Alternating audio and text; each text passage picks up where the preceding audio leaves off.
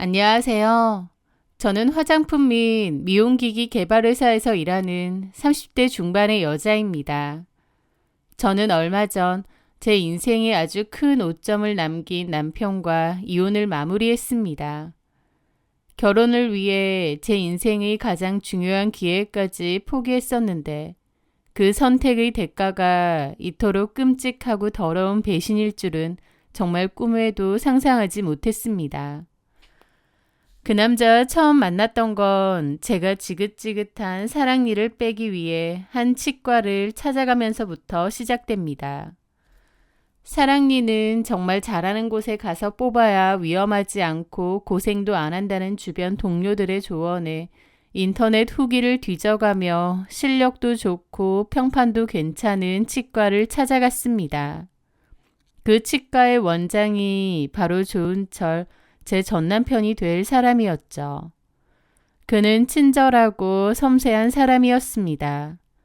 치과에 환자들이 꽤 많고 지역에서 평판이 좋은 이유가 있더라고요. 함지영 씨, 이제 진료 시작할 건데 많이 긴장되세요? 네. 제가 치과 치료를 좀 무서워해서 이 마취 주사가 특히 무섭더라고요. 요즘 마취 기술이 좋아서 그렇게 안 아프실 거예요. 안 아프게 잘 뽑아드릴게요. 걱정하지 마세요. 겁먹은 저를 안심시켜주며 농담도 건네고 막상 발치에 들어가니 언제 그랬냐는 듯 엄청난 집중력으로 치료를 하더라고요. 그 프로페셔널한 모습에 저도 모르게 신뢰가 갔고 간 김에 치과 정기 검진도 하면서 어금니 크라운 치료까지 그 병원에서 하기로 했죠. 그렇게 병원에 치료차 꼬박꼬박 다니던 어느 날이었습니다. 병원 전화도 아니고 개인 번호로 원장님께 문자 한 통이 온 거예요. 함지영 씨, 어제 신경치료한 곳은 괜찮으신가요? 많이 아파하시길래 걱정이 돼서 연락드렸습니다. 조은철 원장. 그 연락을 받고 좀 의아하더라고요. 병원이 환자에게 이렇게까지 개인적으로 연락을 하나 싶어서요. 조금 의아하기도 했지만 환자가 적은 병원도 아닌데 세심한 애프터 서비스라고 생각해서 고맙게 생각했습니다. 그렇게 마지막 치료까지 다 끝냈고 더 이상은 그 치과를 갈 일이 없었어요. 그런데 그 원장에게서 또다시 연락이 왔습니다. 이번에는 안부를 묻는 것이 아니라 저에게 호감이 있다는 고백으로요. 지영 씨, 이런 말씀 드리는 게 직업적으로 괜찮을지 모르겠지만 혹시 괜찮으시다면 환자와 의사가 아니라 개인적으로 한번 만나뵐 수 있을까요? 라고요.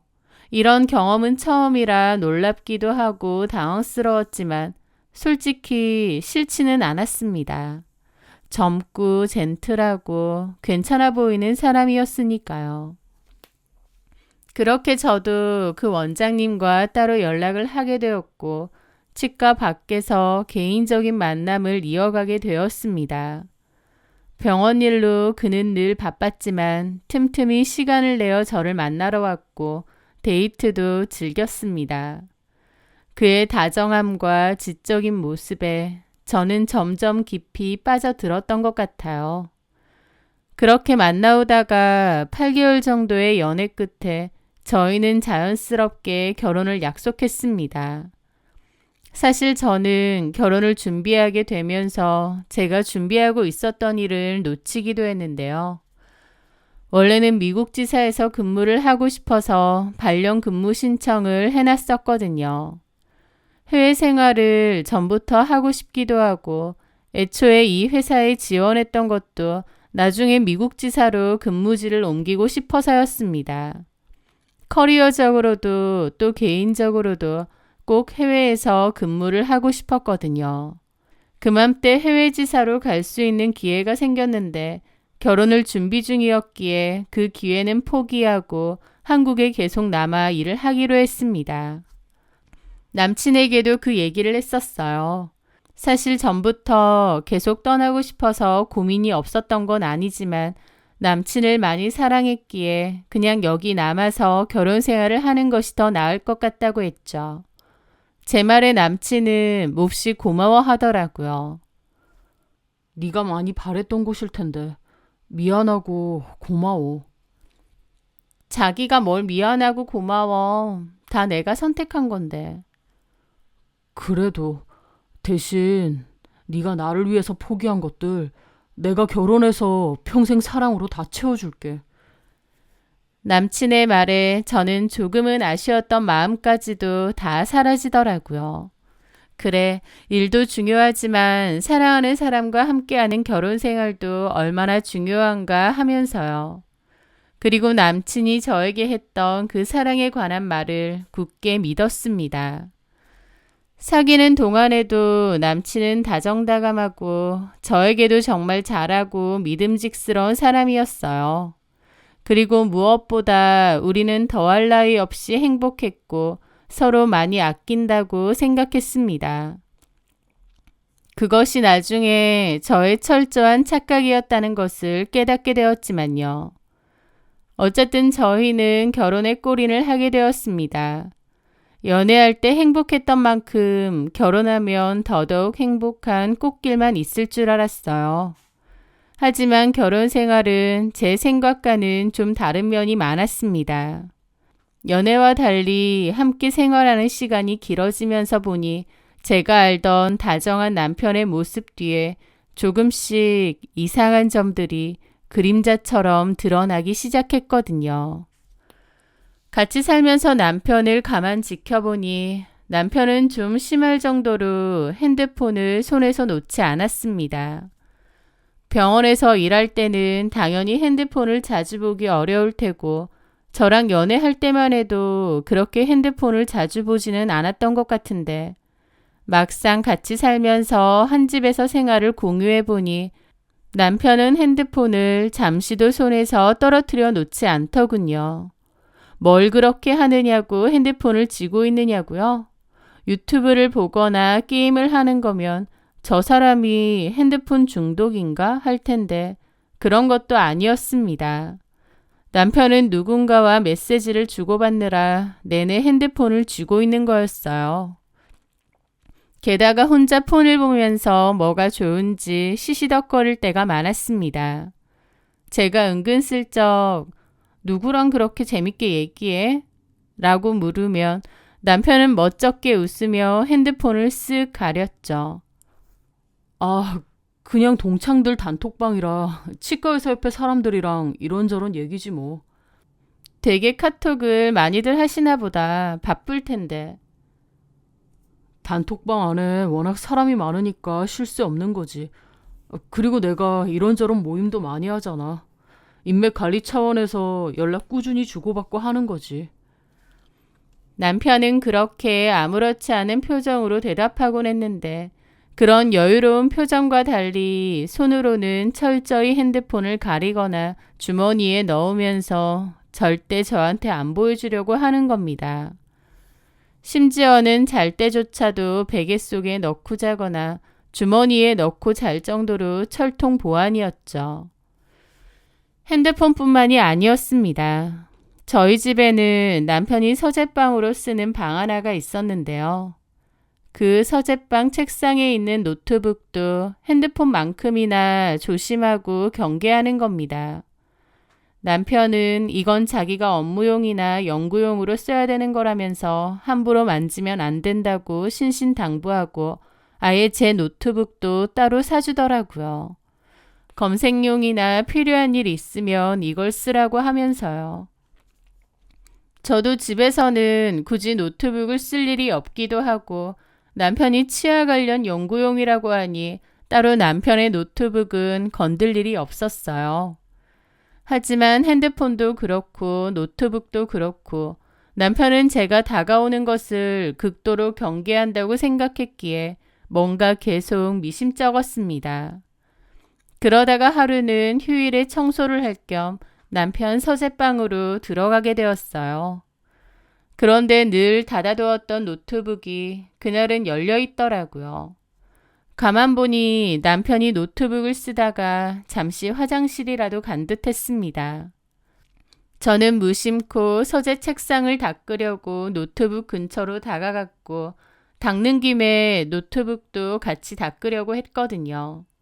그런데 그 순간 화장실 다녀온 남편이 질겁을 하면서 달려오더니 탁 하고 제 앞에서 노트북을 덮어버리는 겁니다. 뭐 하는 거야? 왜 남의 노트북을 함부로 만져? 라면서 정색을 하며 화까지 내면서요. 저는 황당하고 어리둥절한 기분이었고요. 함부로 만지는 게 아니라 여기 청소하면서. 근데 왜 그렇게까지 화를 내? 아니, 지금 연구 자료 같은 걸 보고 있었는데 괜히 잘못 건드리면 날아갈까 봐 놀라서 그렇지. 그러는 겁니다. 어이가 없었죠. 제가 무슨 3, 4살 애도 아니고 컴맹도 아니고 남편 일한다고 노트북에 띄워놓은 연구자료를 함부로 지우거나 휴지통으로 버리기라도 하겠나요? 어련히 조심하겠죠. 남편이 저에게 보인 행동이 너무 과민하고 이상하더라고요. 제가 얼빠져서 쳐다보니 남편은 그제서야 멋쩍은 듯 그러는 겁니다. 아, 미안해. 실은 전에 우리 엄마가 청소해 주신다고 내 방 치우시다가 힘들게 준비했던 내 연구 자료를 실수로 날리신 적이 있거든. 그 이후로부터는 좀 이런 거에 예민해. 아, 어머님이? 어, 그런 적이 있었다 보니 나도 모르게 놀랐지? 미안해, 자기야. 아니야, 괜찮아. 저기, 그리고 서재방은 내가 따로 청소할 거니까 안 들어와도 돼. 그리고 자기도 이런 거 하지 말고 쉬어. 어차피 화요일에 이모님 오시잖아. 그렇긴 한데 이런 것까지는 안 해주시니까. 좀 안 하면 어때? 자기도 휴일인데 좀 쉬어. 그리고 이 방은 웬만하면 안 들어오면 좋겠다. 나 일할 때 방해받는 거 싫어해서. 그래 줄 수 있지? 남편의 부탁에 저도 고개를 끄덕였습니다. 남편의 말 맞다나 과거에 어머님이 실수로 남편의 자료를 날리신 적이 있다고 하니 예민한 것도 이해는 됐습니다. 하지만 뭔가 남편의 행동이 허둥지둥하기도 하고 저한테 뭔가 숨기는 게 있다는 찜찜한 느낌을 지울 수가 없더라고요. 하지만 애써 그런 생각은 하지 않으려 하며 지워버렸습니다. 미심쩍은 게 있었지만 굳이 그런 일들을 들춰낼 필요는 없다고 생각했거든요. 어쨌든 결혼 생활 후에 남편은 이랬습니다. 연애 때와 다름없이 다정다감하고 친절한 사람인 것 같긴 한데 묘하게 알맹이는 빠진 것 같고 마음이 콩밭에 가 있는 것 같달까요? 게다가 집에서는 핸드폰이고 노트북이고 늘 끼고 살고 혼자 시시덕거리고 제가 모르는 비밀도 많은 것 같았습니다. 그런 것들이 모른 척 하려고 하면서도 한편으론 계속 찜찜하게 마음 한구석에 남더라고요. 그때는 제가 왜 이렇게 석연치 않은 기분이 자꾸만 드는지 이해를 못했는데 지금 생각해보면 일종의 감이자 본능이 아니었나 싶기도 합니다. 그러던 어느 날이었습니다. 제가 그토록 숨겨두고 외면하려 했던 남편에 관한 진실이 가장 끔찍한 방식으로 제게 배달되었죠. 저는 SNS를 가끔 하는 편인데요. 자주는 올리지 않지만 그래도 간혹 데이트 사진이나 남편과의 사진을 한 번씩 올리곤 했죠. 그런데 그날 별 생각 없이 SNS로 들어갔는데 모르는 사람에게서 SNS 메시지 하나가 도착한 겁니다. 좋은 철 아내분 되시죠? 이렇게 왔더라고요. 누군지 모르는 이 사람은 제 남편 이름을 알고 있는 겁니다. 처음에 그 메시지를 봤을 때 저희 남편 이름을 알고 있는 누군가가 스팸이나 피싱 메시지를 보내는 건가 싶어서 황당하고 기분 나쁘더라고요. 그래서 그냥 신고하고 무시하려는데 곧이어 도착한 메시지 내용은 너무나 충격적이었습니다. 남편분 단속 좀 잘하셔야 되겠어요. 여기저기 씨 뿌리고 다니면서 병이나 옮기고 다니니까요. 라고요. 너무 황당하고 기분이 나쁜 겁니다. 이 사람은 도대체 뭔데 내 남편한테 이런 식으로 말을 하지 싶었죠. 저는 답변을 해야 되나 말아야 되나 잠시 고민이 됐습니다. 이상한 낚시 메시지 같은데 여기에 답장을 해도 되나 싶고요. 그런데 제가 답장을 하지 않아도 잠시 후 메시지가 또 오더라고요. 저 조은철한테 성병 옮은 피해자입니다. 라고요. 그 말에 저는 결국 답장을 했죠. 갑자기 이게 다 무슨 말씀이신가요? 누구시죠? 이런 메시지를 왜 보내시는 거죠? 만약 사기나 피싱 같은 거면 신고하겠습니다. 그랬더니 그 여자가 대뜸 제 남편 사진을 보내는 겁니다. 남편이 침대에 누워 잠들어 있는 사진을요. 그걸 보는 순간 머리에 망치라도 한 대 얻어맞은 듯 충격이 다가왔습니다. 아, 이건 거짓말이 아니구나 라는 것을 깨닫게 되었고 뜨악했죠. 맞죠? 조은철 사진, 치과 의사고. 이 사진은 뭐죠? 그쪽하고 결혼하기 전부터 만났어요. 저랑 결혼한다고 해놓고 갑자기 헤어지자고 하더니 그쪽이랑 결혼하더라고요. 그래놓고 저한테 다시 연락 와서 그쪽하고 곧 이혼할 거라고 하더군요. 막상 결혼하고 보니 안 맞다고요. 이혼한다고 하니 그 뒤로 몇 번 더 만났고 관계도 가졌습니다. 제가 조은철한테 속은 것 같아요. 그리고 그 뒤로 몸이 좀 안 좋아서 병원에 가보니 제가 성병에 걸려 있더라고요. 저는 조은철 말고는 관계를 한 적이 없거든요. 조은철한테 얘기하니 갑자기 저보고 욕하면서 걸레니 뭐니 저를 매도하더니 다시는 연락 말라고 하더군요. 너무 억울하고 열받아서 저도 가만히 있을 수는 없어서요. 조은철에 대해서 한번 알아보세요. 그 인간 겉으로만 젠틀한 척하지 사실은 완전 여미새에다 걸레짝이나 다름없거든요. 만났던 여자가 저만 있는 건 아닐 겁니다. 이렇게 왔더라고요. 저는 뭔가를 더 물어보고 싶었는데 그 여자는 갑자기 대화방에서 나간 건지 오프라인 상태가 되어버렸습니다. 기막힌 기분이 들면서 동시에 내가 그동안 남편과의 결혼 생활에서 느꼈던 그 찜찜함이 이런 거였나 싶더라고요. 저는 결국 남편이 그토록 감추고 싶어 했던 핸드폰과 노트북을 뒤져보기로 했습니다. 하지만 노트북 비번은 도저히 뭔지 알 수가 없어서 뒤져보기 힘들었고 핸드폰 비번은 제가 전에 우연히 본 적이 있거든요.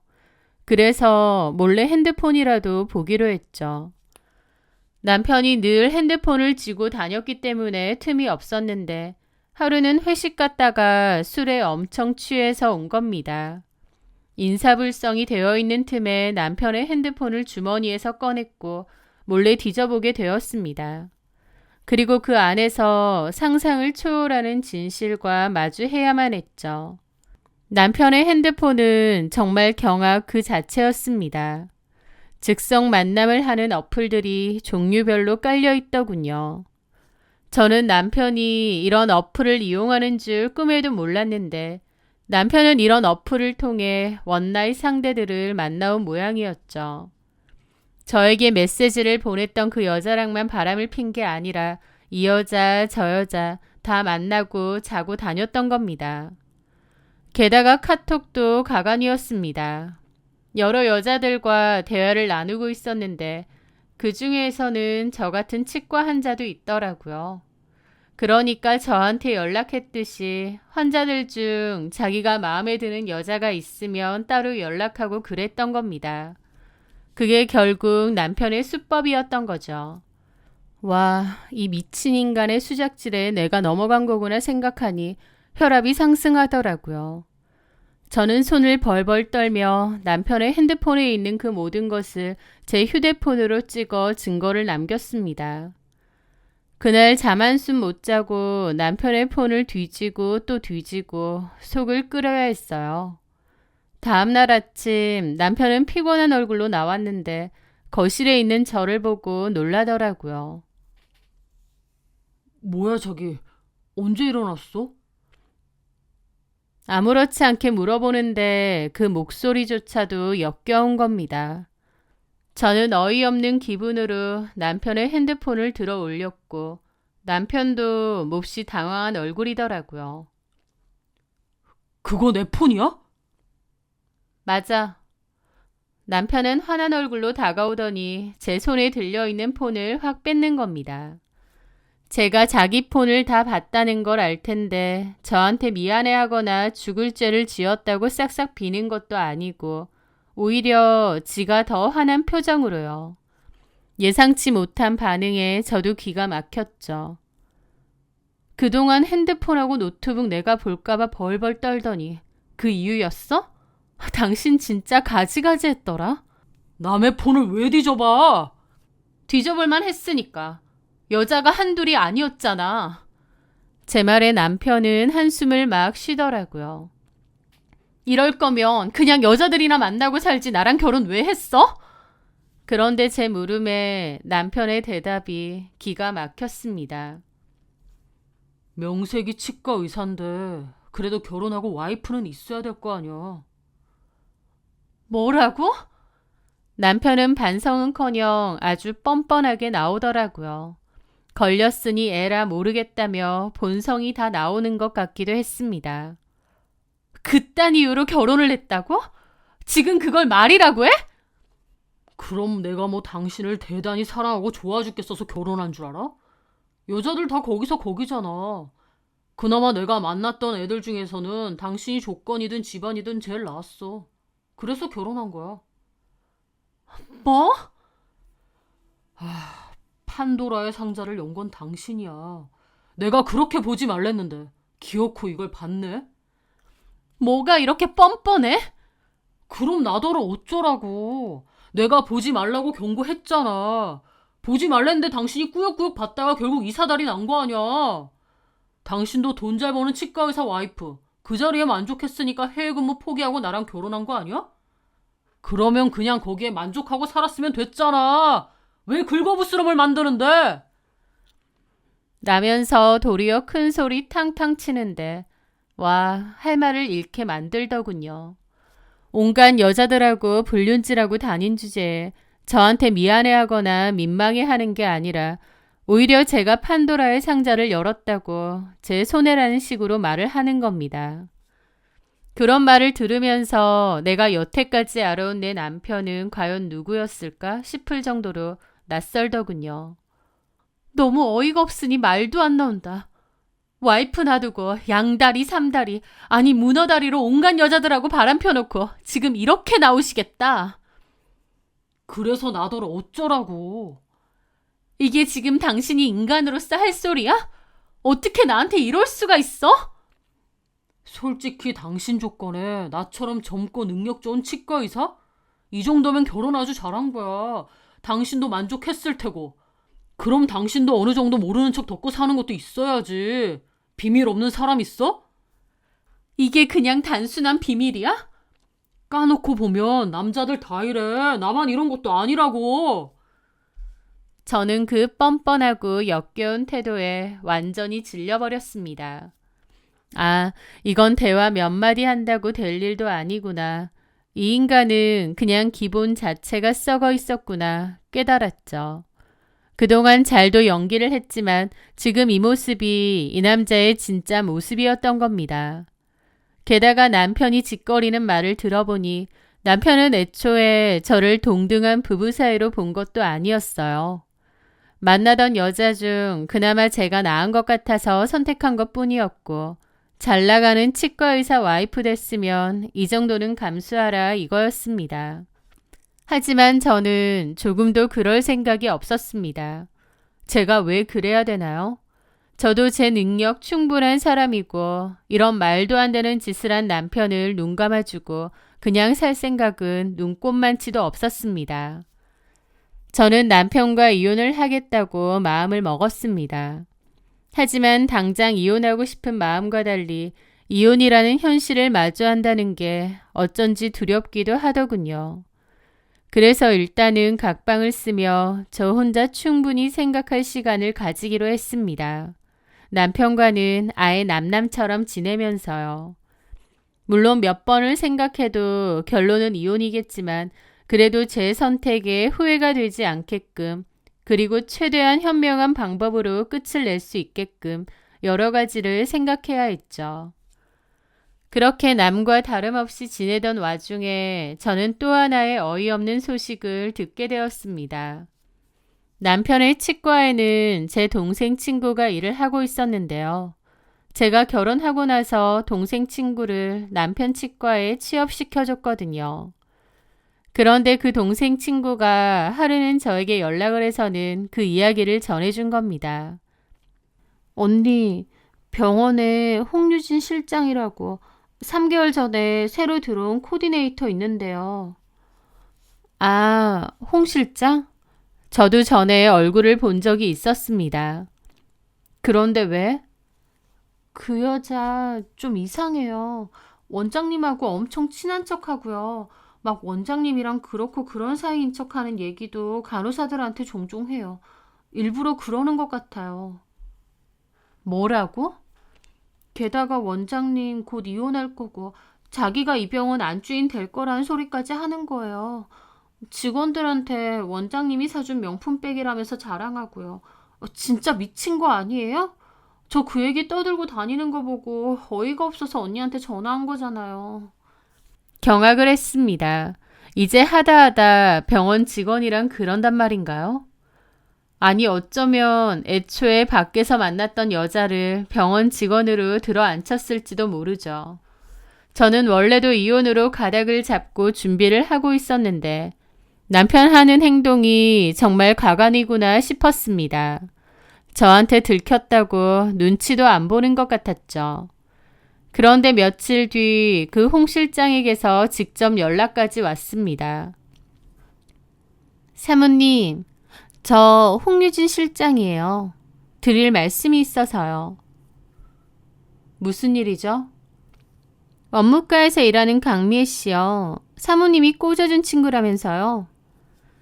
며칠 전 저에게 홍유진 실장에 대해서 알려준 동생 친구 이름이 강미애입니다. 그런데요? 그럼 강미애 씨한테 미주알 고주알 다 들으셨겠네요. 저랑 원장님 사이에 대해서요. 라는 겁니다. 그걸 듣고 보니 일부러 미애가 나한테 얘기 전하라고 병원에서 소문내고 다닌 거구나 싶더라고요. 와, 뭐 이런 게 다 있나 싶고 어처구니가 없는 겁니다. 그쪽이랑 원장님 사이가 뭔데요? 다 들으셨으면서 뭘 그러세요.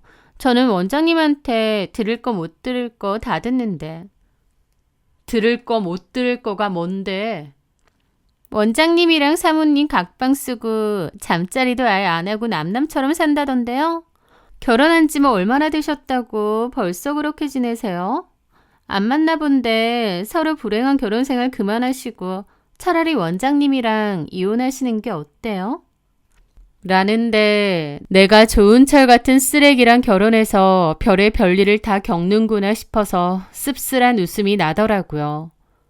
참나. 그러니까 네가 원장님 상간녀인데 지금 나한테 이혼해달라고 요구하는 거니? 상간녀가 아니고요. 원장님하고 서로 사랑하는 사이예요. 머리가 띨띨하니? 본처가 있는데 너랑 그러고 있는 거면 그게 상간이고 외도야. 멍청하니까 그러고 사나 보다. 참나. 그렇게 말하면 자존심이 좀 서세요? 라면서 깐족깐족 거리더라고요. 너야말로 이렇게 내 귀에 들리게 하다 못해 나한테 직접 이혼해달라고 얘기하는 거 보니 어지간히 똥줄 타나 보다. 나랑 좋은 철 이혼이라도 하면 네가 이 자리 차지하고 싶은데 다른 여자가 채갈까 봐 엄청 불안한가 봐. 뭔 소리 하세요? 무슨 다른 여자요? 원장님한테 저 말고 다른 여자가 어디 있다고요? 사모님이랑 이혼하면 당연히 저랑 재혼하신다고 했어요. 라는데 저는 그 말에 그냥 웃었습니다. 그리고 홍유진은 조은철의 실체에 대해서 아무것도 모르는구나 싶더라고요. 유부남이랑 놀아나는 애가 이렇게 순진해서야. 나 통화 내용 자동 녹음되거든? 네 입으로 내 남편이랑 바람났다고 하고 뻔뻔하게 이혼해달라고 했지. 이거 그대로 증거로 써서 너 상간소송 걸어줄게. 제가 상간소송 건다고 해도 홍유진은 아무렇지도 않아 하더라고요. 그것까지 염두에 두고 한 행동이었나 봅니다. 네, 얼마든지요. 그렇게 해서라도 이혼만 한다면 상관없어요. 아, 그래? 그렇게 좋다 하면 내가 이혼해줄게. 조은철이 이혼 안 하고 재혼도 안 해줄까봐 안달이 난다는데 불쌍해서라도 내가 양보해줘야지. 저는 비웃으며 전화를 끊었고 홍유진을 상대로 곧바로 상간소송을 제기했습니다. 그리고 더 기다릴 것 없이 그 전에 모아둔 증거로 남편을 상대로도 소송은 시작했죠. 이 더러운 꼴들 더 이상은 못 보겠다 싶었거든요. 그렇게 본격적인 소송이 시작되었는데 얼마 지나지 않아 진짜 웃긴 얘기를 듣게 되었습니다. 남편이 홍유진을 병원에서 잘랐다는 얘기를요. 홍유진은 남편이 저랑 이혼하면 자기가 제 자리를 차지할 수 있는 줄 알았겠지만 남편에게 홍유진은 그냥 갖고 노는 여자 중 한 명일 뿐이었죠. 그런데 홍유진이 주제넘게 저한테 이혼 종용하고 병원의 원장님이랑 무슨 사이네 어쩌네 떠들고 다니니까 조은철이 홍유진을 자른 겁니다. 게다가 홍유진하고도 일방적으로 헤어진 모양이었죠. 그 얘기를 전해 들었는데 너무 웃긴 겁니다. 한마디로 홍유진은 저한테 상간소송 당하고 남편에게도 팽을 당한 거였죠. 그 홍유진 변호사 쪽에서 합의를 하자고 연락이 왔습니다. 그렇게 당당하게 위자료 그까짓 거 낼 테니 이혼만 해달라고 할 땐 언제고 남편한테 팽당하고 나선 위자료가 너무 크고 부담스러웠던 것 같더라고요. 저는 웃으면서 홍유진과 직접 통화를 하겠다고 했습니다. 홍유진은 풀이 죽은 목소리로 전화를 받더라고요. 안녕하세요, 사모님. 잘 지냈죠? 변호사 통해서 합의 좀 해달라고, 금액 좀 낮춰달라고 했다던데? 들으셨겠지만 제가 병원에서도 잘리고 돈이 없어서요.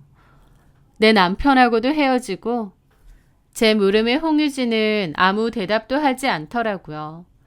어쨌든 홍유진 씨, 그건 내 할 바 아니고 나는 합의도 해줄 생각 없고 위자료 금액 낮춰줄 생각도 없어요. 네? 근데 왜 전화하셨어요? 위자료 얘기 때문이 아니고 같은 여자로서 홍유진 씨 걱정돼서. 뭐가요? 합의금 얼마가 문제가 아니에요. 어쩌면 평생 약 먹고 지내야 될 수도 있는데 그건 알고 있어요? 검사는 해봤어요? 제 말에 홍유진도 어리둥절해 하더라고요. 지금 무슨 소리 하시는 거예요? 무슨 검사요? 홍유진 씨, 내가 조은철 그 인간하고 왜 헤어지는 줄 알아? 그 인간 바람난 여자 홍유진 씨 한 명 아니야. 엄청 많아. 원나잇 하고 다닌 여자들까지 합치면 셀 수가 없지. 네? 원장님이요? 그래요. 처음에 내가 조은철하고 헤어지려고 한 것도 조은철한테서 성병 옮은 여자가 나한테 연락 줘서 한 거야. 나는 그 후로 검사했는데 다행히 피임기구 확실하게 써서 그런지 별 문제가 없더라고. 홍유진 씨도 얼른 검사해보는 게 좋을 거야. 치마만 두르면 좋다고 해벌레 하는 게 조은철 그 인간이고 성병을 아주 종류별로 갖고 있을 테니까. 말도 안 돼. 뭐가 말도 안 돼. 조은철이 성병이 있다는 게 말이 안 돼. 아니면 상간녀가 너 말고 또 있다는 게 말이 안 돼? 이번엔 제가 깐족거렸죠. 홍유진은 크나큰 충격을 받은 채 전화를 끊었습니다. 그리고 며칠 뒤 홍유진도 병원 검사를 받은 모양인데 모든 사실을 확인하고 절규했다고 하더라고요. 홍유진도 성병 감염이 확인되었는데 그 중에서는 평생 약을 먹으며 관리해야 하는 질환도 있다고 하니까요. 배신당하고 병까지 얻게 된 홍유진은 엄청나게 분노한 모양이었습니다. 병원에서 잘리고 조은철한테 버림받고 나한테 상간소송 당하고 거기다가 성병까지 극한으로 몰린 홍유진은 조은철을 물었습니다. 저희 지역 유명 카페에 모든 사실을 폭로해버렸거든요. 유명 땡땡치과 조은철의 더럽고 추악한 실체를 고발합니다. 라는 제목으로요. 자신이 조은철과 내연 관계였던 것부터 그가 수많은 여자들을 만나며 성병을 옮기고 다닌 성병 캐리어였다는 사실까지. 카페는 그야말로 폭탄을 맞은 듯 뒤집어졌습니다. 어머 미쳤나봐. 우리 애 거기서 치료받는데 당장 옮겨야겠네요. 거기 원장 그렇게 친절하고 착한 척하더니 완전 두 얼굴이었네요. 성병 캐리어라니 소름 돋는다. 저런 인간은 치과의사 면허도 박탈해야 되는 거 아니에요? 진료도 진료지만 친절하고 섬세하다고 더 유명했던 곳이었다 보니 그 파장이 더 컸습니다. 그 일이 일파만파 퍼지면서 환자들의 예약 취소 전화가 빗발쳤고 남편의 치과는 제대로 타격을 받은 모양이었습니다. 원래는 환자들이 넘쳤는데 그 일 이후로 환자는커녕 병원으로 욕설 전화가 그렇게 온다고 하더라고요.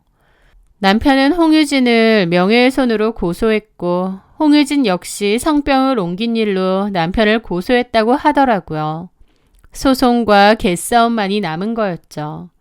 저는 그 모든 소송이 벌어지는 와중에 조용히 이혼 소송과 상간 소송에서 이겨 이혼을 마무리했습니다. 위자료도 충분히 받았고요. 하지만 돈으로도 보상되지 않는 게 있죠. 그 일은 저에게도 큰 충격과 상처로 남았으니까요. 너무 기막힌 일이었고 남편의 치과가 화제가 되면서 저까지 덩달아 다른 사람들의 입에 오르내리기도 했습니다. 그런 게 다 너무 힘들고 스트레스도 심했죠.